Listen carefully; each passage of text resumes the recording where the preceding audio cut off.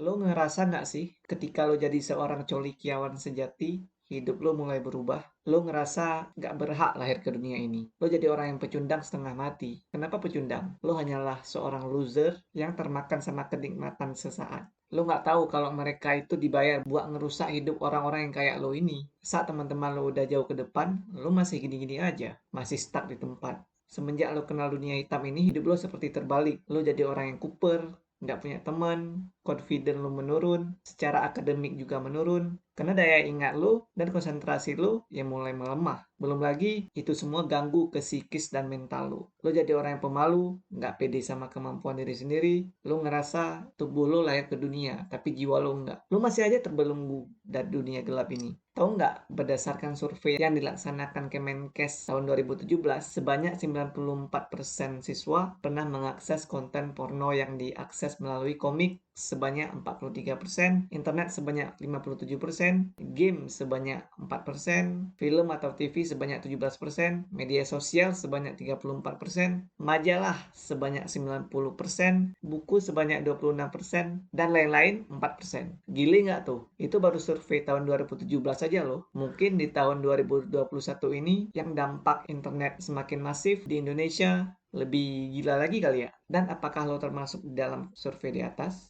Lo ngerasa nggak sih saat lo relapse atau kambuh buat ngelakuin coli itu di satu sisi nafsu lo tersalurkan, tapi di satu sisi lagi hasrat lo itu nggak pernah puas, malah makin pengen nonton lagi, dan lagi. Bahkan kalau perlu, lo akan mencari genre yang lebih ekstrim agar hasrat coli lo itu jadi lebih maksimal lagi. Karena kenapa?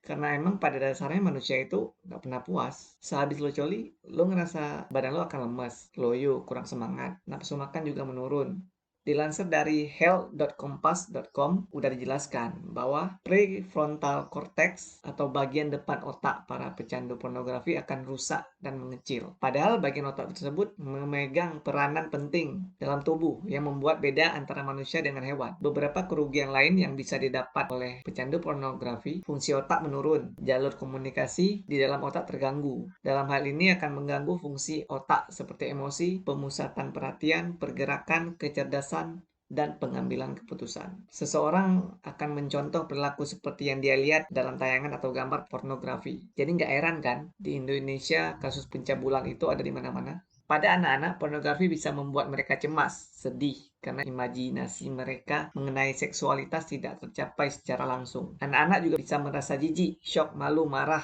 dan takut karena mereka masih terlalu muda untuk mempelajari hal-hal tersebut. Sulit bermain dengan teman-teman karena fungsi kesenangan di otak sudah berbeda dengan anak seumuran lainnya. Berperilaku kasar, di mana pada saat dewasa orang yang sudah kecanduan porno cenderung akan menganggap pasangannya sebagai objek seksual semata, sehingga harga diri pasangannya dianggap rendah dan berhak melakukan apapun. Inilah sifat bucin, posesif, penjahat kelamin bermula dari sini. Saat lo menonton ataupun melihat pornografi, video ataupun gambar, hormon dopamin ini akan aktif yang mengakibatkan rasa senang, bahagia, sekaligus bikin itu ketagihan. Dilansir dari sarjito.co.id, dopamin ini mengarah ke arah PVC. PVC menjadi tidak aktif karena terendam dopamin.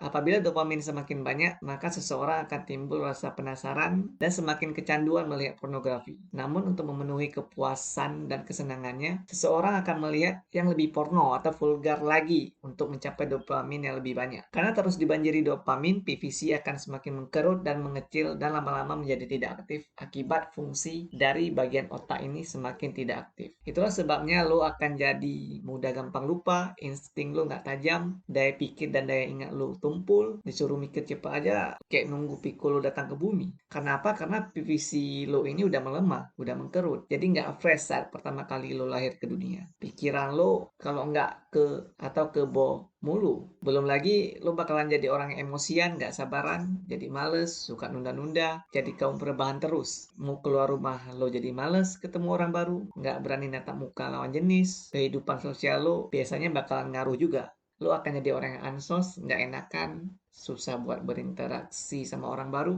karena rasa confident lo itu udah berkurang. Lo nganggep diri lo ini akan hina, hubungan lo sama Tuhan jadi jauh, apalagi sama orang-orang yang lo cintai. Semenjak lo masuk ke jurang pornografi ini, hidup lo akan jadi berubah drastis. Ibadah lo yang jarang, dan dosa lo juga akan terus mengalir tanpa henti, kalau lo masih terjebak dalam lubang hitam ini. Hari demi hari berlalu, lo terus menyesali perbuatan lo dulu. Di satu sisi, lo nggak bisa terlepas dari belenggu ini. Pikiran lo sadar bahwa apa yang lo lakukan itu salah. Tapi otak lo terus meminta jatah buat melakukan itu lagi. Jadi gitu guys, itu dia dampak dari coli atau pornografi atau bokep lah ya di kehidupan lo. Maka dari itu, stop mulai dari sekarang.